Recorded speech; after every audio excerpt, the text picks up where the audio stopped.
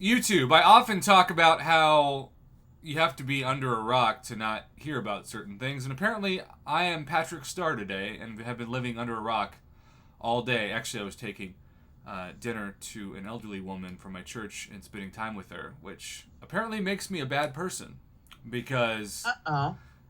because I should have been talking about this. Who needs to volunteer to take care of the elderly when you can talk about Kabam giving people so much accidental generosity that it, makes people wonder what the heck's going on. So I did a video on this, and I think I said it was the easiest 1,500 6-star shards ever. Also, Kick Rocks with the $5 holiday. Prof Echo on the wall. Again, he is a celebrity on the channel. I am simply just somebody that does his laundry. Okay, so I was concentrating on the 6-star shards, and I think most people are going to choose, without really looking into it much, the highest progression tier, right?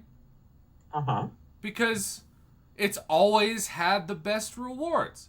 And you compare Paragon to Thronebreaker in this case, you go from 6-star shards to 3-star relic crystal shards, and you're thinking, yeah, it's not a comparison. But this is where I think the Cavalier players that have been mistreated, and you can put words in that probably are not family friendly, definitely not family friendly. You can use them on my channel. Or they're open season on Mom Bear's channel. Cavalier players, looking at their highest overall progression, because you can't get Thronebreaker or Paragon, immediately saw this. Now, I don't know if you are new to my channel and you just clicked on this video, but Mama knows I'm a huge fan of data. You know how many years I've talked to you about collecting data, Mama, on this channel? Since the day I met you. Since the day she met me. And we're going on like 5 years. Yep. So imagine you're Cavalier. You didn't miss the Thronebreaker and Paragon. And by the way, I realize there are Thronebreaker and Paragon members that selected this. I don't know if I would have been brave enough to select the Cavalier level reward as a Paragon player. I would have just assumed this was a visual glitch. But apparently, several people called Kabam's bluff. And that bluff, for a short amount of time, was not a visual glitch. It was a straight up jackpot where the worst you could do is a 5-star, but obviously it's a mythic crystal. And if you go for the fact that about 20% of the pulls should be 6 stars, you're looking at about, 250 6-star champions? On average? Am I doing that math right? Somebody can tell me? I think 12% is 100, or 10% is 125, and you double it. I'm doing this in my head, which is extremely terrifying. Internet phrases. Well, that's in your head. That's not extremely terrifying. That's just dormant. That's invisible. Hey, don't talk about my prom date like that. Oh, man. So, needless to say, imagine you're at Kabam's headquarters, Lord help your mental health. And you've already ticked off a percentage of people who spent $1,000 plus in many cases because you took down the solo rewards early and didn't get them their 6-star Jessica Jones or whoever else they were going to get for buying up the July 4th rewards and didn't comment about it on the forums for like 6 days. So there's that. Then there's the arena bug that is haunting the game so much. I have not selected the express mode of the arena since downloading the new patch. And the arena has crashed on me 8 times. And when it crashes, you have to restart your whole streak. Wow. So you're facing that. And then you start the new content. And suddenly you've got players not only opening 1,250 mythic crystals. Let's talk about this from a full standpoint. if you open 250 6-star champions, most of which I'm sure are older champions, and some people, a lot of max 6, you're opening a ton of 7-star shards, opening 7-star crystals, ranking up the best 6 stars you didn't have, the new 7 stars. So it's not even as easy as taking the crystals away. Some of these accounts are going to have so much progression from this that I don't think Kabam's going to know what to do. Now, this reminds me, because I am so old in this community. Mama, I don't know if you remember, a couple years ago, some of you watching this live especially might remember this.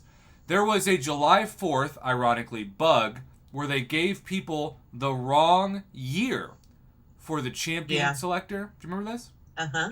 And so Kabam had two options. Take away the crystal or correct it and then just give everybody both crystals. So they actually did the right thing. They gave everybody both crystals and didn't take anything away. That's normally, when it's Kabam's fault, the history. But you can't do that here. Now, you can't ban people either because they didn't do this. But my question is, are there going to be people out there who somehow, even if they get these crystals taken away, like there's something on their account that actually showed up? By the way, the other historical comparison to this, Mama, do you remember when they accidentally gave people who I think lost in the Alliance War millions of loyalty?